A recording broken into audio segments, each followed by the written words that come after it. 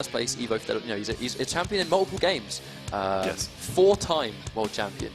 Not a lot of people can say that. Very little people. It's a very short list. For sure. But very few people can say that, but his opponent can. Definitely. And that's where it gets interesting. Obviously, SonicFox is also no slouch. This guy's won almost equal the level of like serious tournaments, if not more for certain games. At the age of like 15. He's a prodigy through and through. Like SonicFox. Really is. If I was as good as games at his age, you know, it'd be good. But very little people are. This kid is good to go. I would drop out of school, hononly. He's made more money than I have through tournaments, yeah, and definitely. he is way younger than me, and that upsets me. I'm sorry. I don't know. I know exactly how you feel. We'll just talk about how godlike he is, and that'll do. But either way, as you can see there, look, first place Evo for 2014 for Injustice and MK9, you know, Fatal 8 champion. This guy won the very first tournament for the game, and dominantly. He demolished people in that tournament. Like, he was just a cut above everybody. He understood really the game. And I think the important thing is that how quickly SonicFox can take to mechanics of new games. I say that all the time about him. I feel like it's pretty ridiculous, like how fast he can just analyze like the strengths and weaknesses of a character and know how to fully exploit that. Of course. I mean, like, we saw that with his Aaron Black at Fatal 8, where he just clicked with the character, like, within, like... Immediately. Like, a couple hours. Within, like, if that. Like, the second he picked Aaron Black and figured out what's going on... Oh, he's going to Katana?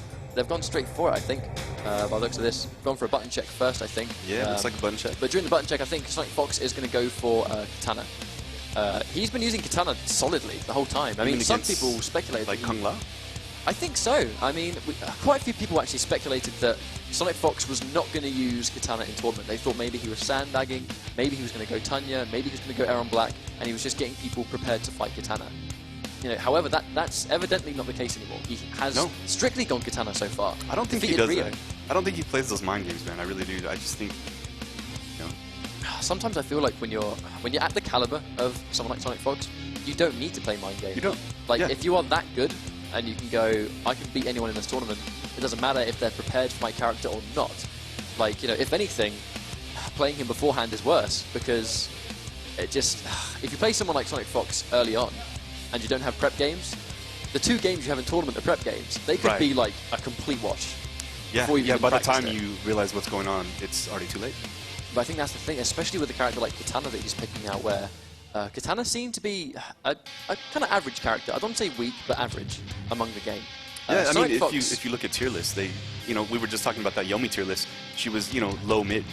But I think the thing about Fox is, if he can take a character like Katana that people consider to be quite weak, and he makes it work, you're going to play this character thinking an average character, and then bam, you get surprised by all this crazy stuff that you've not seen before. And with someone like SonicFox behind the wheel, that's when it gets crazy.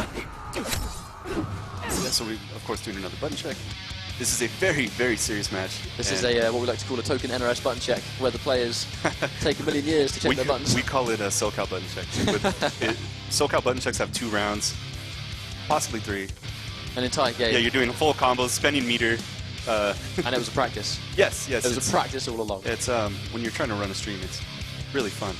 But I think Katana versus Kung Lao, I mean, I don't know how to call this. Has he gone for... He's gone for Buzzsaw. Interesting. I think the interesting thing he's gone for Buzzsaw is the fact that potentially doing the low hat to check those fans from far away. I mean, Katana isn't particularly hard to block. It's just a lot of sort of... She has frame advantage on some of those normals. You know, she has situations where she has no overhead in the low, but the low will get her more. What comes down to it is really the fact that he's going to frustrate you with fans from far away.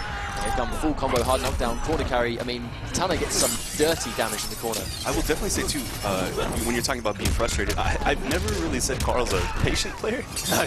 I mean, that's the danger. You're playing a character that is... Sometimes when you play a character that is as mobile as Kung Lao, it can be a hindrance in some regards. If you have all these options that try and get in more conventionally than just walking in, it becomes quite predictable. If you're going to get harassed by Katana, like you can see here, where he's just throwing a lot of fans and really just making himself very hard to hit. Yeah, that was a really fast round for SonicFox there. The question is, what comes next? Is Gale going to adapt? I mean, he's throwing hats on the screen just to try and contest that. Obviously, you know, Katana has the reflect, but if he's waiting for a projectile to reflect, he's not waiting for you to advance. Oh, mix up there from SonicFox. Yeah, but it definitely got Carl in there. Ooh, good no patience. anti-air. I feel like if he was in Tempest, it would have been an anti-air, but because Buzzsaw Kung Lao moves forward, it may have whipped. Right. That's why I kind of feel like perhaps Tempest might be a better variation to fight. I think it depends on, I suppose it depends on what you're picking the variation for, because you can see PL's trying to throw a lot of low hats. Yeah. SonicFox is really unable to throw a lot of low hats, low hats, fans. He does have a problem throwing low hats, yeah. She really can't throw fans while the hat's on the screen. But as you saw there, the second the hat was not on the screen, he starts playing his keep away game. So I kind of understand why PL has gone Buzzsaw. He's picking Buzzsaws so he can kind of contest those fan tosses. However, it's just that his damage is quite meager. When he lands a hit, he's not really going to do much, apart from Buzzsaw exists to shut down the full screen game. Katana's still going to get in eventually, and when you get in yourself, you have no damage to really contest with the damage that she can output. Yeah, definitely. Carl here looking a bit flustered. I mean, as you can see, he's remaining very sort of cool-headed. He doesn't look very, I guess, frustrated at all. Has gone for Tempest, I think, just because if he's going to get in, he needs to start hitting like a truck. Yep. Because she can harass with fans, but when she lands a hit, big damage. Right. He needs kind of. There it is. And there you go, right there. There's the interruption. No one can go for down one fan. Nice read from PL. You know, quick 35% right there. Oh, and he gets the conversion. Oh, he's looking great right now. Opted to spend the bar on the meatburn spin rather than the orbiting hat. I guess he did it for the reposition. Oh, man. SonicFox is out of the corner here. Comes a hard knockdown. Nice setup. Oh, goes for the low. Good patience from Carl. Nice block. Hits by the grab. I mean, that's the lesser of two evils when you're trying to block a mix-up that can do big damage. Absolutely. I would. You'd always rather take the grab for sure. But here's the issue. Because he's in Tempest, he can't really stop SonicFox from throwing his fans. He has to get in conventionally. Teleporting is quite predictable. I mean, he might get away with a couple, but now he has no low hat and no straight hat that really creates an obstacle for SonicFox. It's much harder for him to really deal with this from full screen. And he's still trying to use the hat. Oh, and he gets trip guarded with the full combo, and just like that, SonicFox steals the lead. Match point against PL right now. Yeah, SonicFox playing really, I mean, I hate to use the word, but very lame play. But that's the term, isn't it? I mean, it like, is, that's always been the way of Katana. I mean, even in Mortal Kombat 9, Katana especially in Mortal Kombat. Exactly, she was a very frustrating character to deal with. That's a good punish from PL. Oh, and he gets the tight link. Nice, that'd be max damage off really good at that. Good 36%. Yeah, he gets some good damage right here. Oh, and he teleported himself into the corner. Himself. I'm not sure I agree with that decision. Gets the nice reversal. Good nice stuff. run under there, yeah.